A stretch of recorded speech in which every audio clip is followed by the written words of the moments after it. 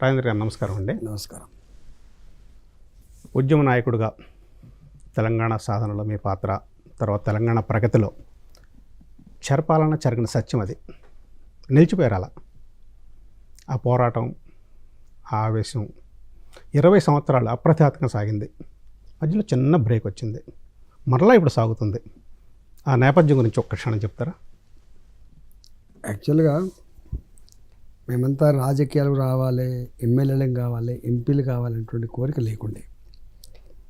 చిన్నప్పుడు విద్యార్థి ఉద్యమాల్లో పాల్గొన్న వాళ్ళుగా మళ్ళీ మధ్య మధ్యలో అప్పుడప్పుడు తెలంగాణ కోసం జరిగే ఉద్యమాలలో లేదా రకరకాల సమావేశాలు పాల్గొనేవాళ్ళం.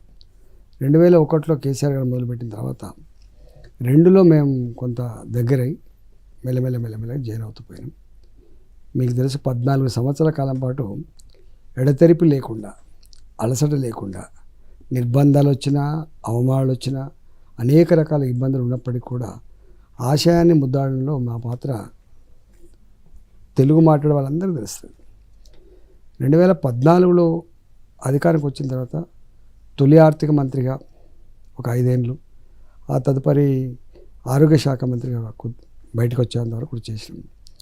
మాకంటూ ఒక గుర్తింపు, ఒక గౌరవం మాత్రం ఖచ్చితంగా ఈ సమాజం దక్కినట్టుగా మేము భావిస్తాం. అది ఎవరో కాదనలేని సత్యం. వాళ్ళు వెళ్ళగొట్టింది కాబట్టి మేము కళ్ళు కూడా ఊహించలేదు. మేము బయటికి వస్తామని, మళ్ళీ ఇంకొక రాజకీయ పార్టీ చేరుతామని, మళ్ళీ ఇట్లా ఉంటుందని చెప్పి మేము కళ్ళు కూడా ఊహించలేదు.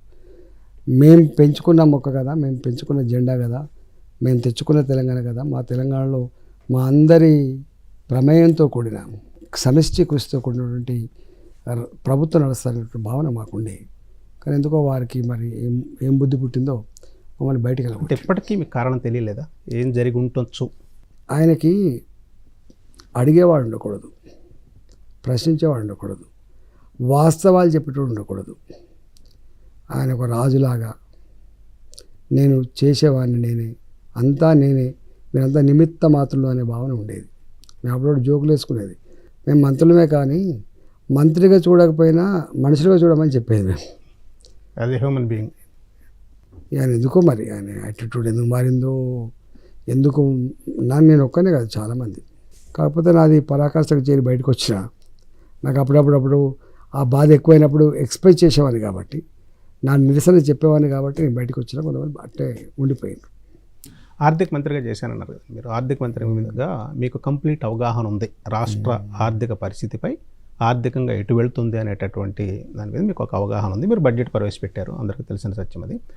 ఇప్పుడు వచ్చిన గవర్నమెంటు ఆర్థికంగా బీఆర్ఎస్ దాన్ని డొల్లగా చేసేసింది రాష్ట్రాన్ని అనే ఒక ఆరోపణ తీసుకొచ్చారు. దాంట్లో వాస్తవం ఎంత? యాక్చువల్గా తెలంగాణ రాష్ట్రం ఏర్పడిన తర్వాత రాష్ట్రాన్ని బాగు చేసుకున్నటువంటి యాంగిల్ బాగుండే.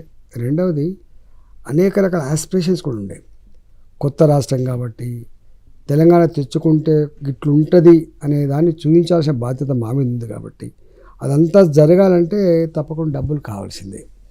అప్పుడు మేము కొత్తగా రాష్ట్రం ఏర్పడినప్పుడు జిఎస్డిపిలో మన అప్పుల శాతం 17.8 17.9 ఉండే. అంటే మనకు జిఎస్డిపిలో 25% వరకు అప్పులు తెచ్చుకునే వెసులుబాటు ఉంటుంది. అన్నాడు ఆ వెసులుబాటును అనుసరించి అక్కడ దాకా తేగలిగినాం మేము. అప్పులు కూడా మేము కొంత తొందరగా వస్తే ఇన్స్టాల్మెంట్స్, మళ్ళీ కష్టమైతే రీపేమెంట్స్, ఇన్స్టాల్మెంట్ ఎక్కువ డబ్బులు తీసుకున్నప్పుడు కూడా ఇన్స్టాల్మెంట్ తగ్గాలని చెప్పి 12 సంవత్సరాల రుణాలు, 15 సంవత్సరాల రుణాలు, 20 సంవత్సరాల రుణాలు కూడా తీసుకున్నప్పుడు వాస్తవం.